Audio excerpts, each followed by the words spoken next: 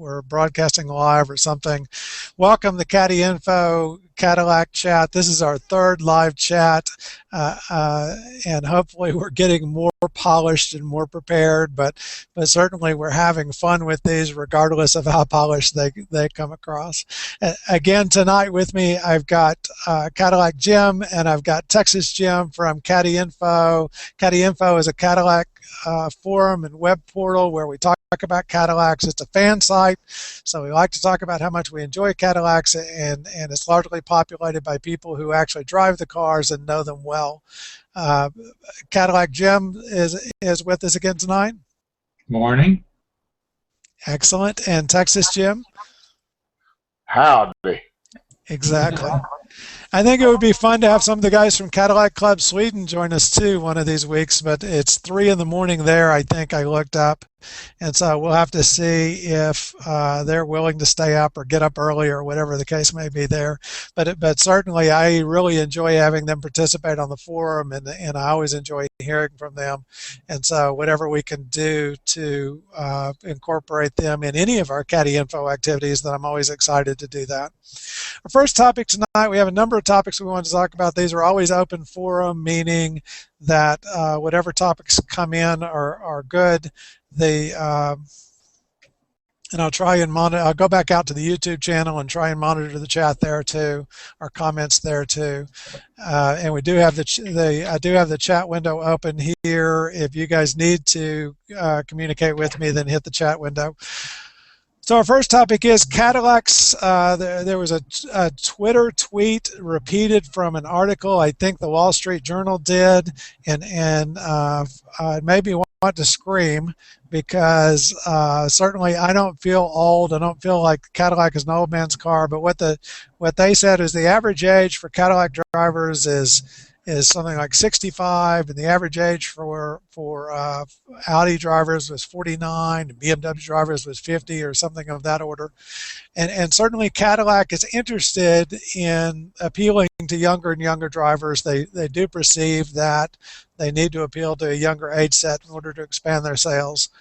The ATS, they're really having revolutionary responses to the ATS, where there was a great article from Sewell Cadillac where for the first time in his memory, a new Cadillac buyer had asked him how the car seat fits and how to arrange the chairs for car seats, or could he hold the baby while the mom got the car seat fitted in the car before they could go for a test drive. And that isn't something that Cadillac dealers normally had to deal much with on the sedans. I guess in the SRX you might see more of that. So how can Cadillac appeal to younger buyers? And what do you think, Cadillac Jim? Well, in my experience, over the years, when I was young and aspiring to a dream car, when money was not, a factor. In other words, I really couldn't afford my dream car. The Halo cars were important, and Cadillac has had a number of those recently with the Elante, the CTSV, the XLR. And of course, the Escalade has a lot of visibility and a lot of acceptance in circles we did not expect, like the government. And I think that just seeing them out there and seeing them as something you would like to see yourself in is important. Now, I personally have always been a sporty car type of guy, looking for handling above all else. But there are all kinds out there, and I think the ATS is a humongous step in the right direction, because not only are the high performance and top tier lines or trims essentially very desirable cars, they're inexpensive enough to where they're going to be a lot of them out there, and they are affordable to these drivers. So they are accessible and desirable, and there are going to be a lot of them out there, so they're going to be seeing them. That means that within a very short time, somebody's going to know somebody that knows somebody that has one. And that's very important too, because first and second-hand knowledge of what it's like to be out there with one is a key to becoming a desirable car to people who haven't driven one. So I think that the ATS is very much a step in the right direction. The CTSV The halo cars, I think, need to be leveraged more as a halo car, and I think that we're moving in the right direction. I would change the emphasis toward advertising the halo car more, and I would try to target the ATS to the younger buyers more. But I don't have the visibility into the strategy environment that the Cadillac marketeers do, so I'm not going to criticize them, but I think that they're doing right well this last year. Excellent and thoughtful response. I do know that, like at the high schools, when I've gone for car washes before, when they're doing a charity car wash or other things, certainly young people always have, whether it was my 96 STS or any of my cars along the way, people have always been very complimentary about the cars. Texas Jim, what do you think? How can Cadillac appeal to a younger audience? Well, I pretty well agree with Cadillac Jim. The ATS is a great step in the right direction, because one of the main reasons is, especially in the lower trim levels, it's a lot more affordable. And it's going to look similar to the higher trim levels.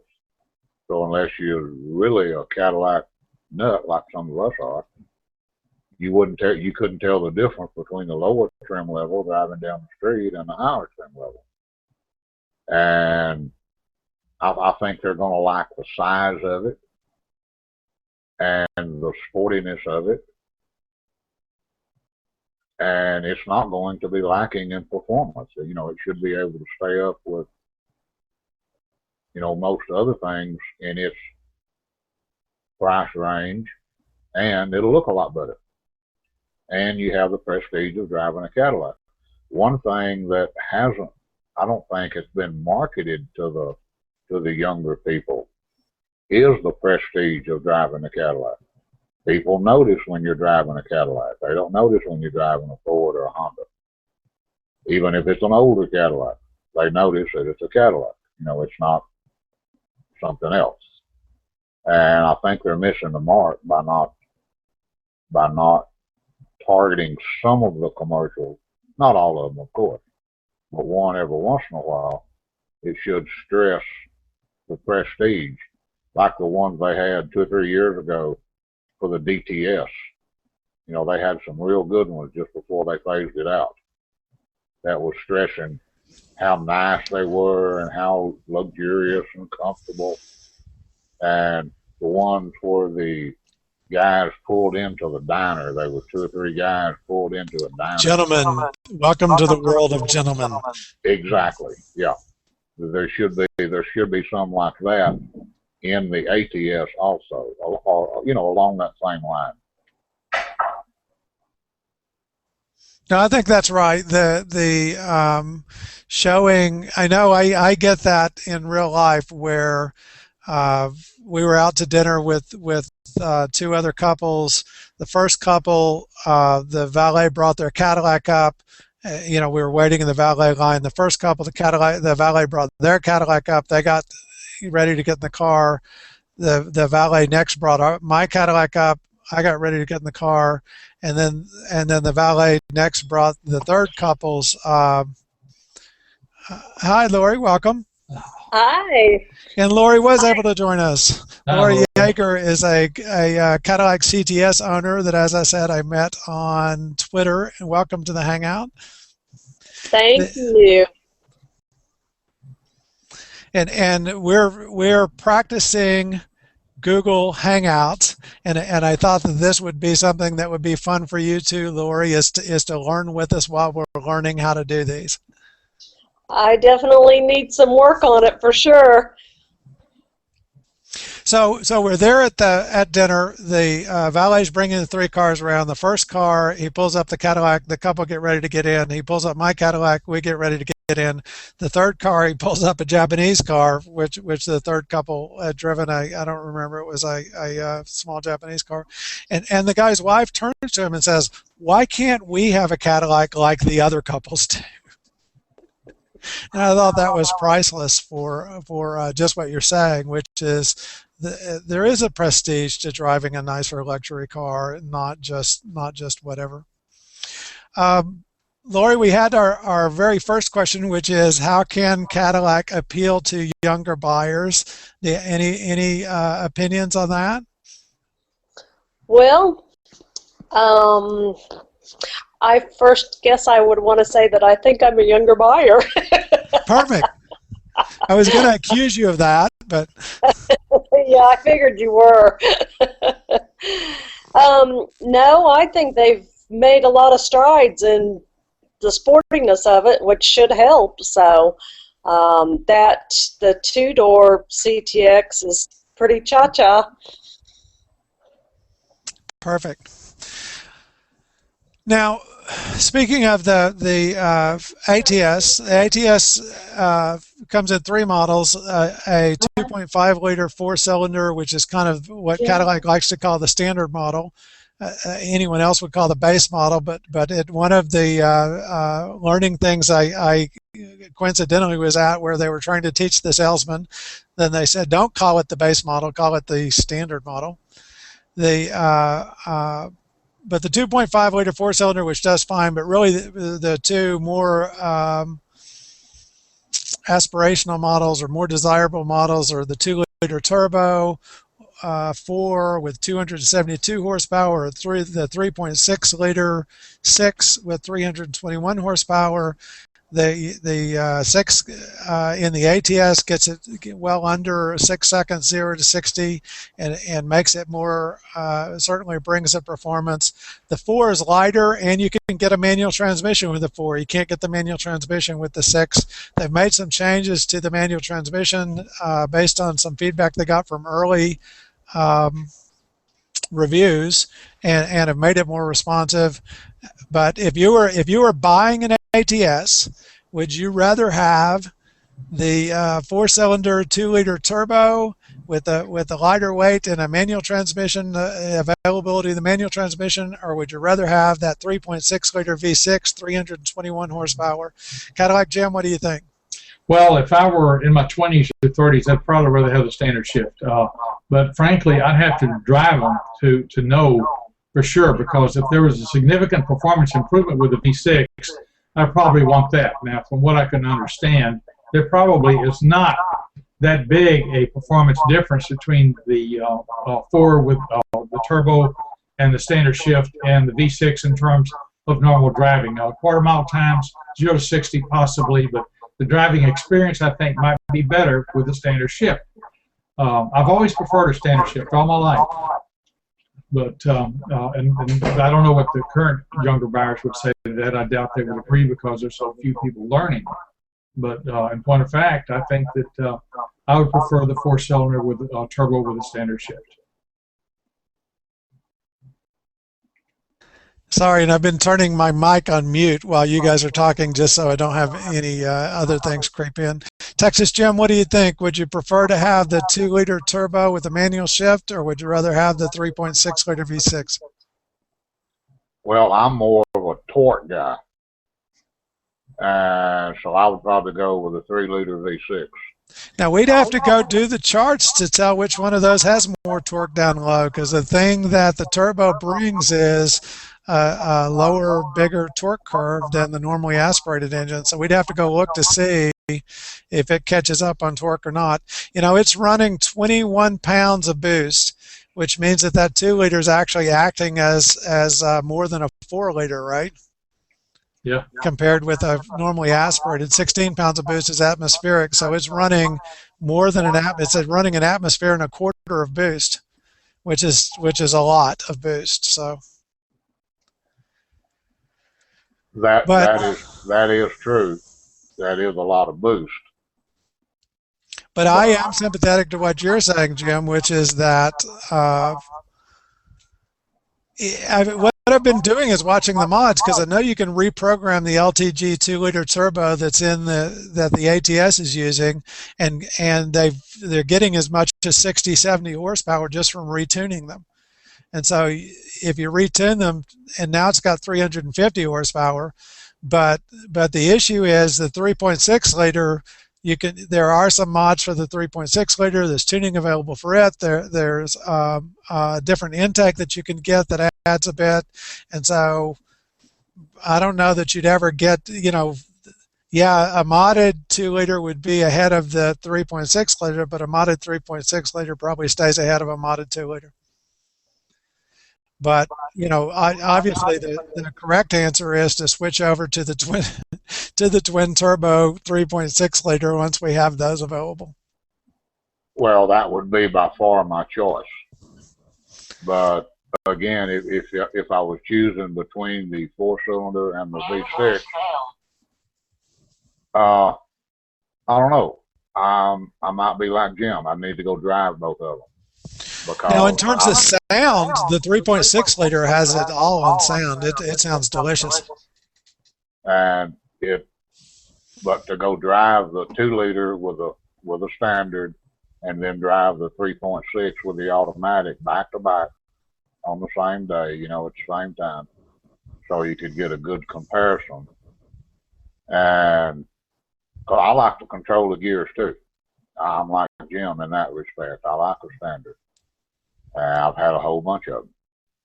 And I've converted some automatics to standard. It wasn't even supposed to be that way.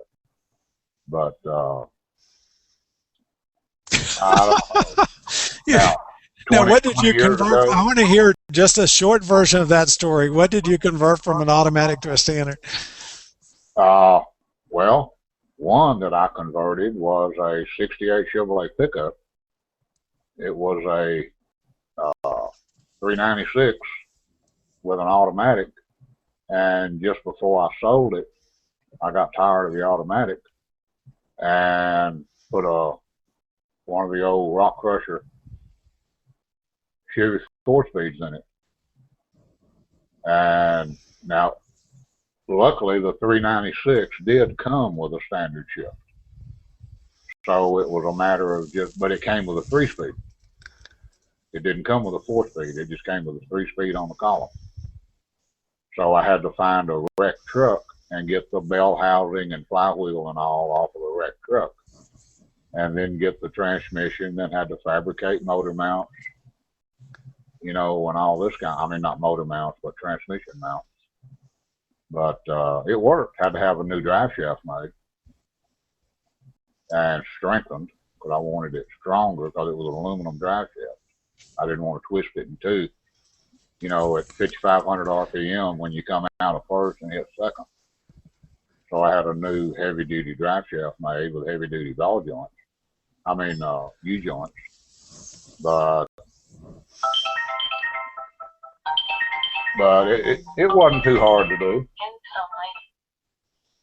And, got it done. I enjoyed it for about 6 months. And then a guy saw it and offered me more than what I thought it was worth, so I sold it. And regretted it a lot. One of the things... It was fun to drive. It was fun to drive. It was the high performance 396, 375 horse, solid lifters, all that kind of good stuff. The engine was out of a Chevelle. And then when they put the 4-speed in it, or changed the rear end from a 323 to 390, so that gave it a lot more off the line. Then you had a problem with traction, keeping the back end on the ground. But it was fun to drive. Just don't drive it on a wet street. Pickups are hard with that. Now, Jim, I know you have really enjoyed your DTS performance sedan, but the DTS, they hadn't continued to upgrade the front-wheel drive North Star. It had the 4-speed automatic. It had the G-body suspension that they'd gone to in 1998, an extended version of that.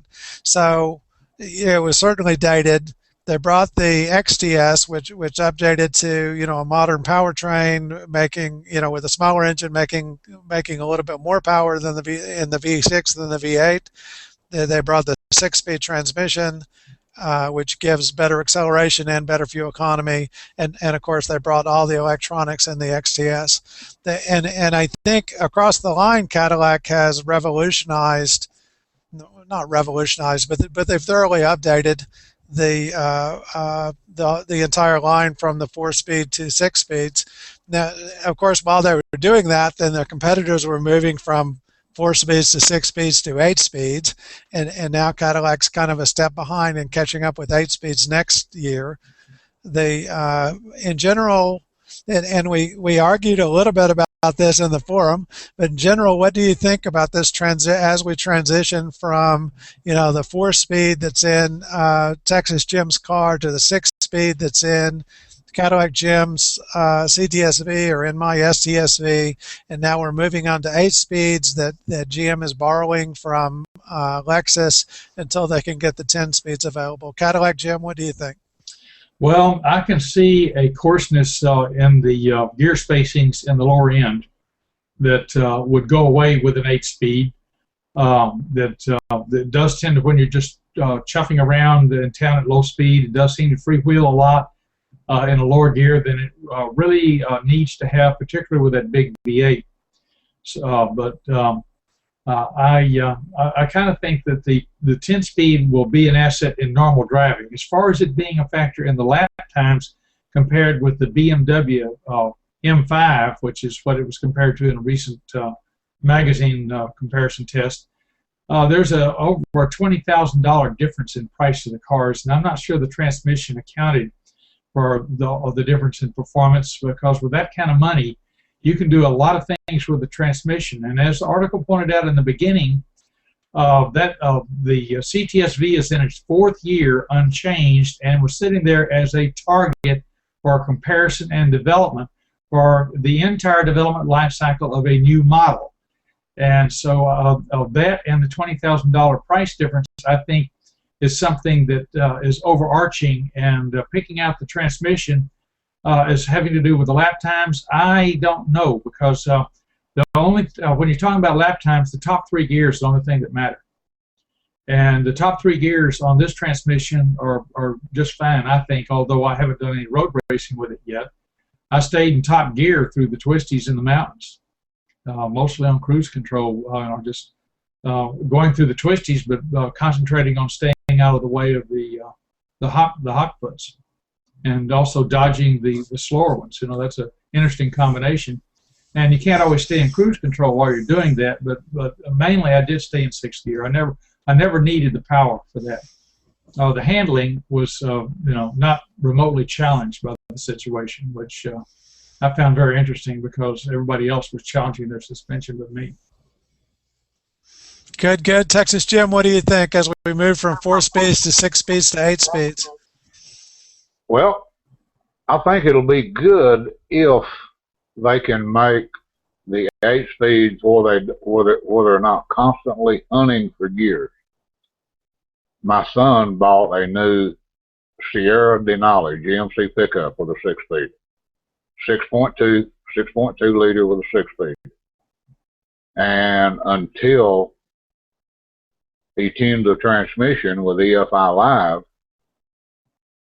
it was terrible about hunting for gears. Be going down the freeway, 65 mile an hour, start up a little rise. I don't mean a mountain, just up a little hill in the freeway, and it would drop from 6 back down to 5th.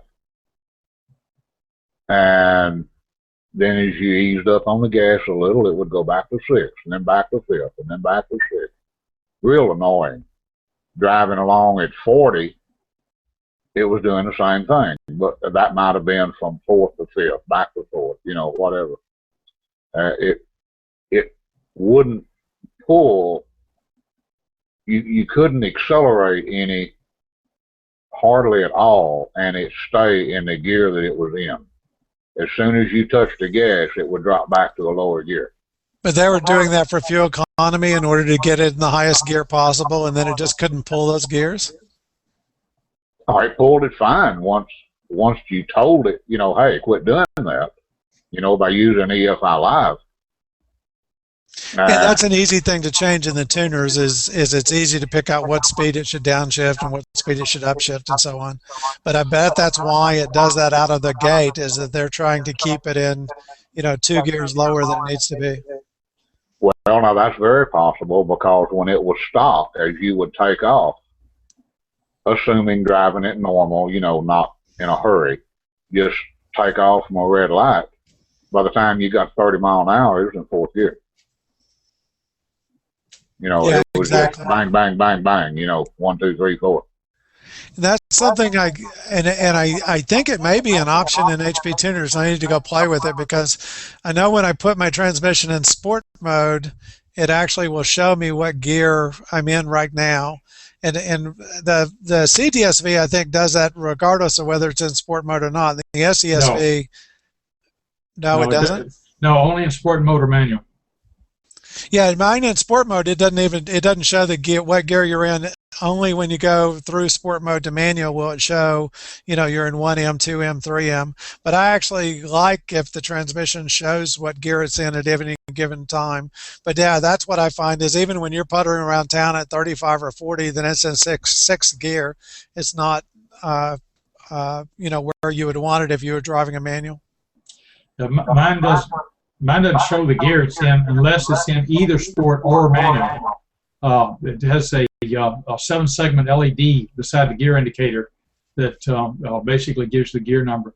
If I want to know, I'll pull back on the paddle on the right, the upshift paddle, and that'll put it in manual mode, and then it tells what gear I'm in. I just keep my finger down, and it doesn't upshift. It just goes back into automatic mode, so I can get it that way. But I'd rather have it there all the time if there was a mod or configuration input to do that. Now, in Texas, Jim, I know your leg bothers you sometimes, but all the enthusiasts talk about they'd rather have a manual transmission than an automatic transmission, and I remember the joy of manual transmissions. I always had manual transmissions in the Porsches before we had kids and started moving to other cars. What do you think today, though, that if you're, the nice thing about a manual transmission is there's the ritual of driving and you're in the right gear and you have better response times because as soon as you put your foot down, then the car's going to accelerate.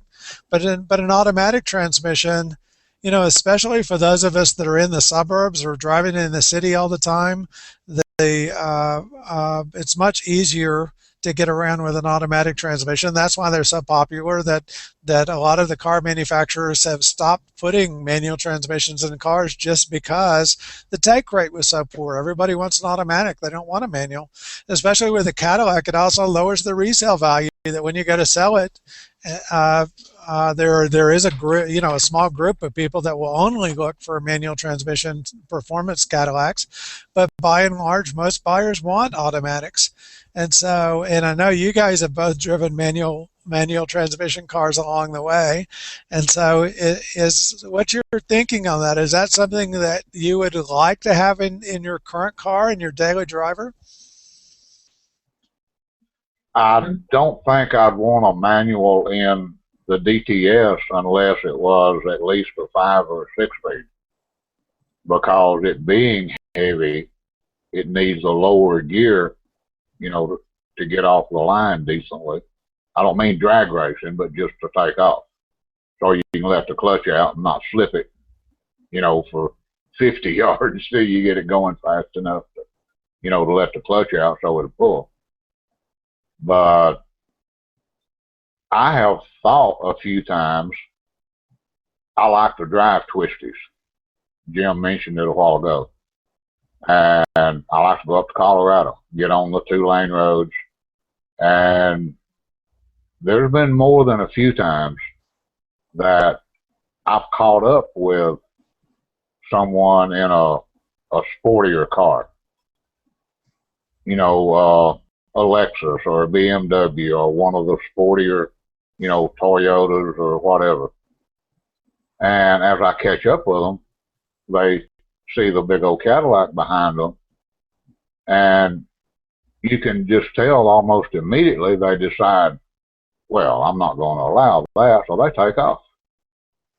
and I just drive along behind them, stay up with them. But there's times in doing that it would be nice to have a gear in between, say, third and second, because I've only got a 4-speed.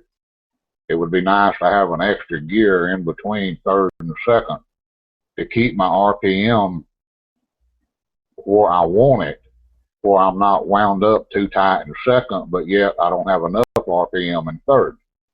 Because my North Star is I'm not saying it don't pull at low RPM, it does. But it really comes alive above 3,500. Between 3,500 and 4,000, it's ready to roll. And in first, I've got the shift point set at 7,000 in first, 6,800 in second, and 6,600 in third is where it shifts at. But there's times that,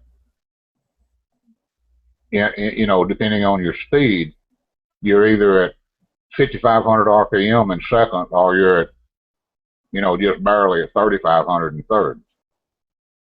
So if it had another gear, if it had a 5-speed in it, or even a 6, it would be great in the mountains, even better than what it is now.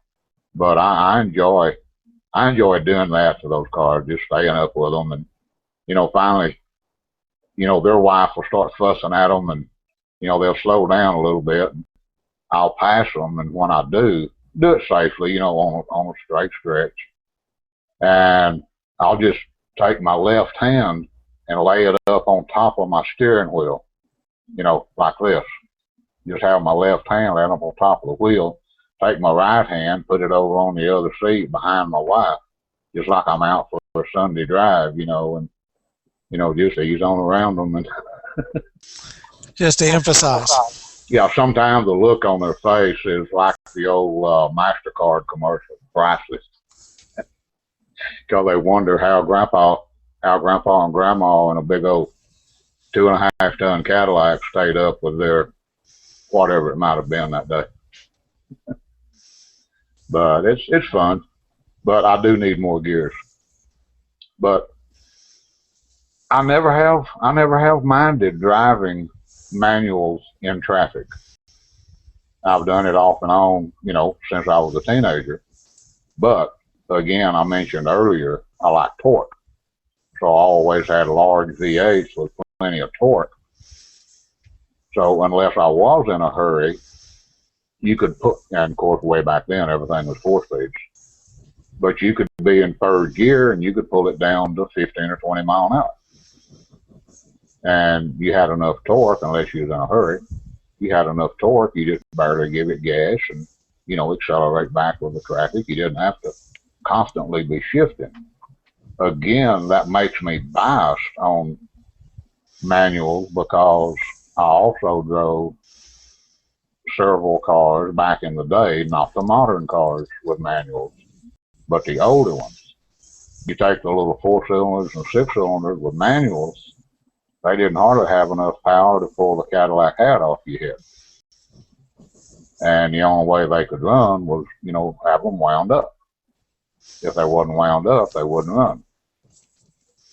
So that's why I haven't driven any of the newer 4-cylinders and small 6-cylinders except for the 3-liter, but they were in like a SRX, you know, a heavy vehicle. And I think it had the 5-speed automatic. Might have been a 6. Yeah, we need to get you out in that ATS 3.6 liter. Well, that might be like a little puppy I found one time that followed me home. Cadillac Jim, what do you think? I know when you were shopping for your CTSV, your first choice was the manual transmission in this car. It turned out that the one we found was too, you know, a sudden too good not to pass up deal, and you ended up with an automatic transmission. But what do you think? Manual transmission or automatic transmission for a daily driver? Well, I don't have really strong feelings on the CTSV one way or the other. It's not like I'm sorry I didn't get a manual. if I was buying one new, I would have to think about it for a couple of days because the paddle shifter and the sport mode basically give you just about all the performance you're going to get out of a manual without having the distraction taking your hands off the wheel and changing your balance. The CTS has a step on the floor that is just right for putting your left foot down to brace yourself for heel-toe driving with your right foot. So if you put it in the sport mode, push that button and put the shocks on the stiff mode, and then you punch the traction control button twice to turn off traction control and put StabiliTrak in the sport mode, you're ready to try a couple laps at Nuremberg.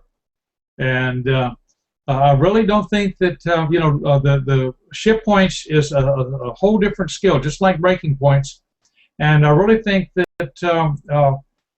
getting the performance with one less sophisticated learning curve to where getting the first 80% of the performance out of the shift points is easy. You can do that just driving the car a few weeks, but you have to have a track and a few laps to tune your lap times to get your shift points down, and it's going to be different for every track.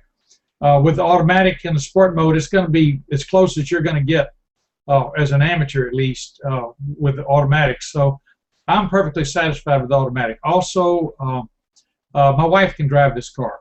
She has never driven a standard shift, and the one time we tried it when I had a standard shift as my car and we tried to teach her, she didn't. It was frustrating enough for her that she didn't complete the training. She just didn't see any point in it, and it was very aggravating, and she just didn't want to bother with it. So this car she can drive. So the combination of things is the convenience and in my retired life putting around in rural South Jersey near Philly, I don't get a lot of freeway driving in, and so or other driving with 50-mile zones, wide open spaces is the rule, like you do in your part of the country, and I did when I was young in Central Texas. And I really feel like the automatic is probably a better choice for me where I'm living today as a retired person. Now, if I were living in Dallas, I would have a strong preference for the manual, retired or not. So I guess that's my summary. That's interesting. I think about here being so much metro driving that a manual transmission, you'd constantly be sitting at the light with your foot on the clutch. But that said, what I need to do is get a manual transmission Cadillac and take it out for the weekend and see how much I enjoy just the greater control versus the keeping up with the clutch. As I recall, a clutch was a shorter maintenance item for me too, which takes away some of the allure of the manual transmissions when I have to write checks for a new clutch. Let's talk about subscription models. We have XM Radio and they want so much a month, and you have OnStar and they want so much a month, depending on what package you get. And certainly when you buy the car, they give you, a certain amount of coverage, like the first year or the first 6 months of coverage for XM Radio and coverage for OnStar. Then after that, you got to write them a check or get your credit card set up so that they can charge off, and then it's an ongoing charge. Now, I'm kind of allergic when I run my household budget on any recurring costs. I don't want any recurring costs. I want to evaluate each thing, decide whether that's something I want to buy or not. Just like with the car, buy it and not have to worry about how much a month I can afford or not. And so OnStar and XM subscription models are kind of off-putting to me because I don't like the constant, it's $15 a month for this and it's $20 a month for that. What do you think about the subscription model for features in the car? Cadillac Jim, what do you think? Well, I opted not to get the XM radio initially. My thinking was that I don't use it for commuting. I don't spend a lot of hours in the car every day. And the benefit I'd get out of the radio just didn't add up to $95 a month. I did pick out a plan that I would like that was just as low as $95 a month, and I don't think you're going to get any lower. the so-called mostly music Now plan. wasn't $95 a month though, right? Do you mean $95 for I'm 6 sorry, a months? year. Or, yeah. A year. But at any rate, that's still a lot of money for renting a radio. But I did figure that, okay, the traffic and the weather do come through the XM channels. They're a separate subscription for like $2 and $3 a month each, a month, I think. So that they're not totally cheap. But if you're going to be commuting or traveling a lot, they're well worth it. And I'm trying to transition the mode of doing more road trips, and if I do that, I'll probably change at least to get the weather. There's an advantage that on the drive up from Texas, every time a station faded out, I just hit seek. And if I didn't like what I heard, I hit it again. I never had any trouble. And I got some real surprises, like that funky country music station in the mountains of Tennessee that played these horrible songs. If you'll remember my blog, I'm not going to repeat their titles because they border on the NSFW, just the titles. But at any rate, you can always tune over to FM and hit the seek button if you want a little variety. To get away from that almost music-like canned international satellite radio. But I'm ambivalent about that. Now, as far as OnStar, I'm not at all ambivalent. The safety features and the integration with the systems, to me, make OnStar a very desirable option. I had it from day one in my 97, back when it was a dealer-installed option and $1,500 plus subscription, which back then was $250 a month, which translates to probably more like 500 or 450, something like that today. So it was much more expensive. It included a concierge service, which they made optional, and then they discontinued. But I used mainly the directions, and but the safety angle of getting automatically online when you have an accident or need them, punching the red button. If you come on an emergency and can offer to help, or you need to call an ambulance in a hurry, you don't have to look for where you are and get a mile marker. They'll get your GPS and call the cops themselves, and they know who to talk to. They have the credibility to get instant action, and they have your GPS. So and they know who you are, so the cops have accountability. It's not like they have to worry about bogus calls or anything. So there is that. Once I needed it for an emergency. I was taking a sick dog to an emergency vet in the middle of the night in Orange County. And there were a couple of redneck vigilantes in a pickup truck who decided to stalk the old man with a sick dog on his arm and run him to ground. And OnStar was very helpful there. I'm not going to go into the details, but let's just say that they're lucky they didn't end up in jail. So. And do you remember which subscription package you have? The free package, the introductory package is the one I have now. That's the directions and the full package, the expensive one. And they were going to automatically transition me into the monthly plan, which would be $275 a year. I got an email saying, "You're all set," and it told me that they would continue that plan, just automatically charge me monthly for the Direction Connections plan, which I feel I don't need because A, I've never used it since I got the car. B, the nav system is a bit geeky, but I've learned it pretty well, and I'm pretty comfortable with it. I don't think I really need the Directions and Connections, but I definitely want the rest of it. And the Directions is the only difference between the Safe and Sane plan and the Directions Connections. So I looked down and I punched the 3-year flat rate plan, and I'm paying averages out to $11 and change a month. And so that's about half, a little less than half what it would be if I let them charge me monthly for the Direction Connections, which is which is just what happens if you just click and let everything slide. So if you are astute and manage your plan, I think it's quite affordable. You can't just punch off and passenger warmer and get the codes anymore. But OnStar can do that, and they will not hold out on you because you're just a customer. If you ask what the codes are, they will tell you what the codes are, and you can go home and pull up your database and then deal with the problem yourself in terms of at least being in charge when you go to the dealer. And that's of course, since this car has 3 warranties on it, I really think that I'm not going to be working on it myself for a while.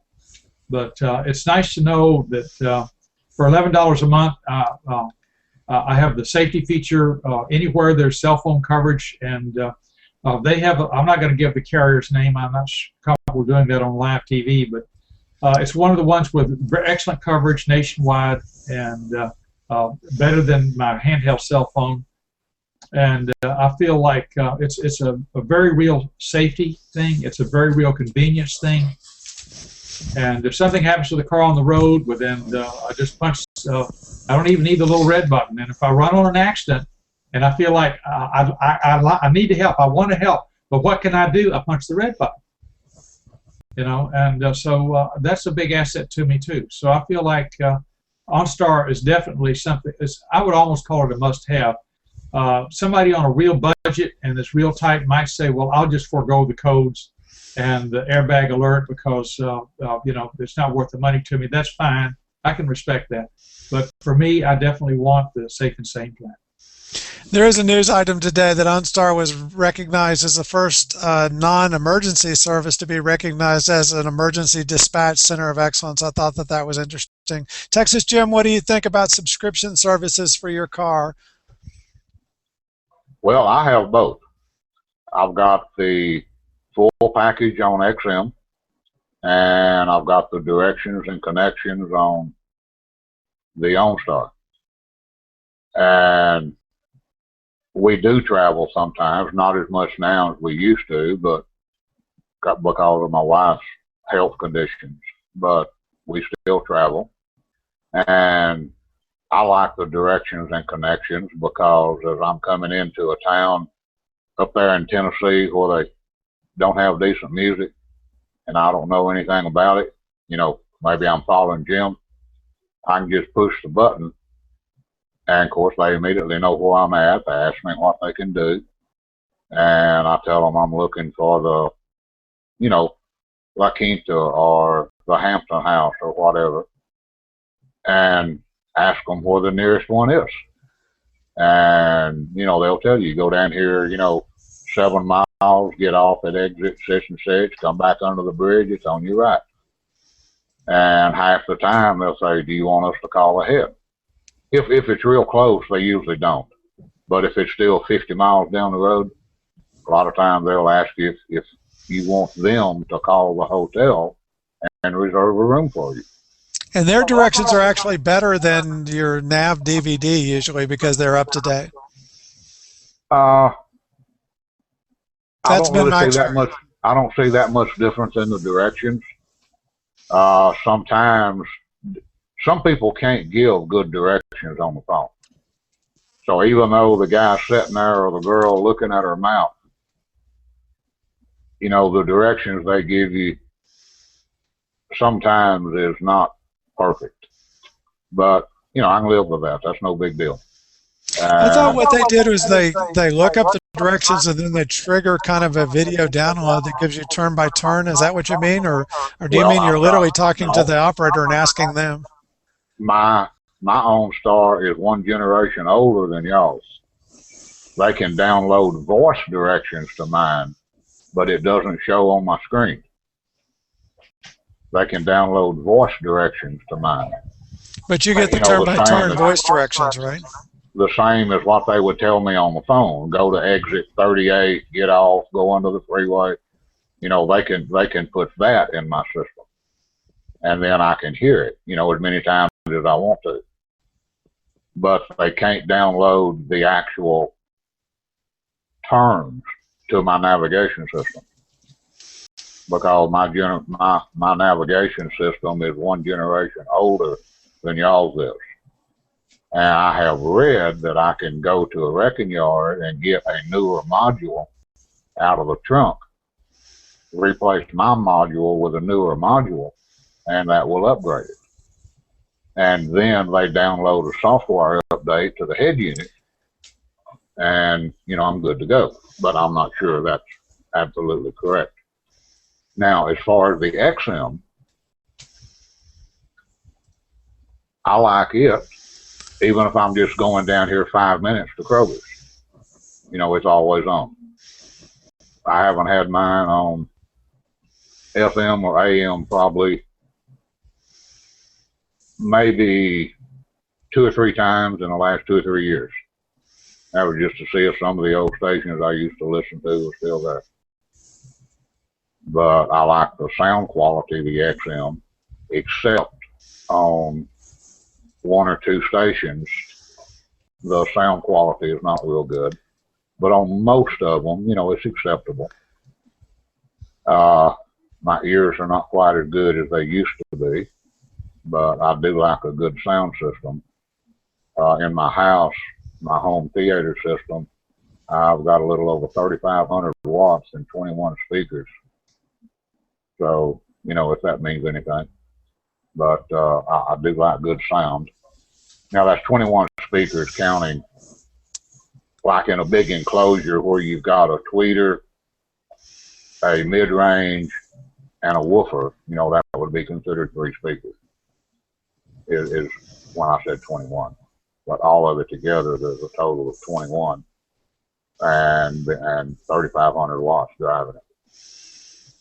But I do have 1 speaker out in my driver's side rear door right now, too, in my car. For the car. I'm going to have to replace the speaker. Well, yeah. How could that happen? I can't imagine how that happened. I can't imagine. Yeah, breaking news, Dasher just posted on CaddyInfo or Cadillac forum that he just got into a new ATS premium. So we'll have to pick his brain for how he likes the ATS. But you guys make sure you cruise through there. And of course, we've been enjoying these chats, but we know each other and we interact most often on the CaddyInfo Cadillac forum. And so if you're looking at this on YouTube or you're looking at this at Google+, please go join us in the forum that where we're constantly talking about Cadillacs and Cadillac issues, luxury cars, and other news of the day.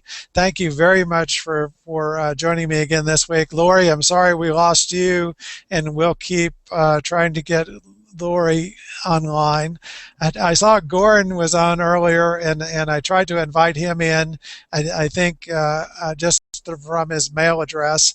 And we'll have to see if we can add other guest stars or occasional or regulars. And so, any other things to capture this week or topics we didn't cover? I'd like to second what Jim said. When you have direction connection, somebody with a brain, the geek interface just cannot compare to somebody with a brain when it comes to direction connections. So being a geek, I don't mind it, and I'm so tight my eyeballs squeak. So I have the safe and sane plan, but I have to agree with Texas Jim. There's no substitute for somebody with a pulse in their brain, and that's I really did miss that once the cell phone coverage was dropped from my old Cadillac. Well, and even when they had the downloadable directions, my experience with that was I called them and I said, when I first got the car, I asked them if it had the turn-by-turn directions. She admitted it, assured me that it did, and she asked me where I was going, where I was going to. But then she did something, and then it downloaded to the car. It wasn't like she stayed on the phone with me and walked me through it. It downloaded. She said, okay, here's the audio file, and then set that turn by turn down. So it didn't show up on the nav system, but it did continue to give automated audio over the OnStar. So I'll have to play with that some more and see what that is. I was just coaching myself as I was listening to you guys that with the STSV and no spares, that I probably need to have double OnStar on that puppy. So I got AAA. There you go. But yeah, that's how they had to help me last time. Is I had OnStar when I had the big problem where I blew a tire out, but the only thing they could do is have it towed to the Cadillac dealer. Of course, that worked out well, and Cadillac Jim went and picked it up. Texas Jim went and picked it up for me and took it over to the tire place, and that turned out to be a happy story in the end. But I do wish that cars came still with with 5 wheels and 5 tires and real spares. So. Well, Thank the you, spare, guys. I I got miss rid of. having a spare. Well, my '97 Eldo still has the original spare that came to in it from the factory, and it's been flat for over 10 years, and I didn't notice. I'm not at all insecure in CTSD. Yeah, and as you say, tires have improved so much. Now I'm trying to learn to watch my tires every year and judge, how much life they have left and replace the tire before I have a problem and then don't get stuck out on the road. I Thank you think guys for participating again this week. That these are really fun, and I really enjoy chatting with Jim and chatting with Jim. Hopefully we'll get Mike to join us again. We'll have Lori join in. I would like to see some of the guys from Cadillac Club Sweden join in, and we can work on our Swedish, and we may have to use the chat to translate back and forth. But Cadillac Jim, last words. I don't know. I just was struggling with the issues with the OnStar and so forth. The spare, I really, they gave me an electric pump. I had carried one in the Cadillac for years, but I carried it because my wife had flats. And what I did with that when I got the new car, which had the pump in the spare tire compartment, is I put the pump in her trunk. 12-volt pump. The one in the Cadillac will run on 12 volts, or if your battery's dead and you got an extension cord, you can plug it in 110. And I haven't looked at it close, but it also has a canister in it where it has tire sealant compound, and you can include that at your option if you need to. And then the owner's manual tells you it'll plug a hole as big as, 2.5 millimeters, something humongous, a large nail or screw. But that's really not advisable for just a regular flat because you have to demount the tire and clean the wheel and tire out after you use it. But it comes down to a spare is not needed in most normal driving in public roads in the United States anymore. Yeah, I get that. I just have trouble getting used to that idea of not having it as an absolute backup. Texas Jim, last thoughts? Well, my car has a spare, but it's never been out of the trunk. But it's one of those donuts. I do check it about once a year, just hit it, make sure it's still got air in it. But it's never been out of the trunk. Now, I hope I don't have to use it in the morning. But I'm kind of like Cadillac Jim, and maybe you too. I watch my tires. When they start getting a little worn, I put new tires on it. Exactly. I have been known to drive, 1 or 2 mile an hour over the speed limit occasionally, when I'm not paying attention. Only when you're in the car, yeah. Okay, hold on, guys. I'm going to hit the end broadcast, which will wrap up the YouTube, and I think they'll still be able to see us live on the site, but I'm going to hit end broadcast.